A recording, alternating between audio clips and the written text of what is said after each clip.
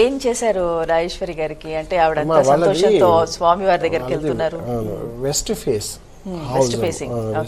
House అయితే పాపం పైన 2 స్లాబ్లు వేసుకున్నారు, కింద 10 years బ్యాక్ ఇల్లు కట్టుకున్నారు.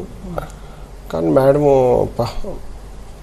మంచి ఎడ్యుకేటెడ్, 10 years నుంచి జాబ్ కోసం ప్రయత్నం చేస్తూ ఉన్నారట. అయితే ఇంట్లో కొన్ని వాస్తు దోషాలు ఉన్నాయమ్మ. ఎలా అంటే నైరుతిలో ఖాళీ స్థలం ఎక్కువగా ఉండడం, పశ్చిమాన తూర్పులో ఖాళీ స్థలం తక్కువగా ఉండడం, ప్రాథమిక సూత్రంలో కొంచెం ఏంటంటే లోపాలు ఉండడము. అలాగే చూస్తేనమ్మా సగం అంటే 10-15 years కట్టిన ఒక ఫస్ట్ ఫ్లోరు, తర్వాత ఇప్పుడేం పైన కట్టేశారు.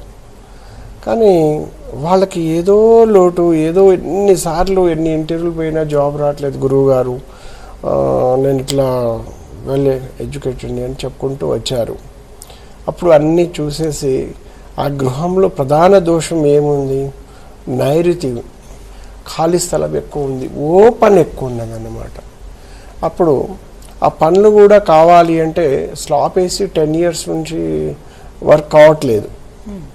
అప్పుడు మనం అష్టదిగ్బంధన అనే కార్యక్రమం చేసామమ్మా, చాలా ఒక 1/2 hourలో చేసాము. చేసినప్పుడు నీ కోరిక ఏంటిదో కోరుకో అమ్మా అన్నాను. నేను ఎక్కడ కూడా మూఢనమ్మకాల దగ్గర దరిచేరనీయకుండానే చేస్తానమ్మా. ఎక్కడ కూడా అష్టదిగ్బంధంలో పసుపు కుంకుమ కానీ పూజలు కానీ ఉండవు. ఓన్లీ గురువు ఇక ప్రార్థన బలం, గురువు నోటి నుంచి వచ్చే మంత్ర బలం కావచ్చు, it's the power of spoken word, ఆ పదం అనమాట. అప్పుడు ఆమెకు బ్లెస్సింగ్స్ ఇచ్చాము. నెక్స్ట్ డే ఇంటర్వ్యూ వెళ్ళారు, జాబ్ వచ్చారు, చాలా హ్యాపీనెస్ ఉన్నారు. ఎట్లా ఉంటుందంటేనమ్మా, ఖచ్చితంగా వాస్తు దోషాన్ని ఒక గురువుగా నిర్ధారణ చేసి ఆ దోషాన్ని అష్టదిగ్బంధనతో కంట్రోల్ చేయగలిగితే కొన్ని పనులు అయిపోతుంటాయమ్మా. ఎందుకంటే ఆటంకాలు రాకుండా ఉంటాయి. అందుకనమ్మా ఎప్పుడు కూడా గృహము జీవకళ లేకున్నా, జీవశక్తి లేకున్నా, అలాగే మనం చూసే ప్రాథమిక సూత్రాలకి అనుకూలంగా లేనప్పుడు కలిగే బాధలు చాలా భయంకరంగా ఉంటాయమ్మా.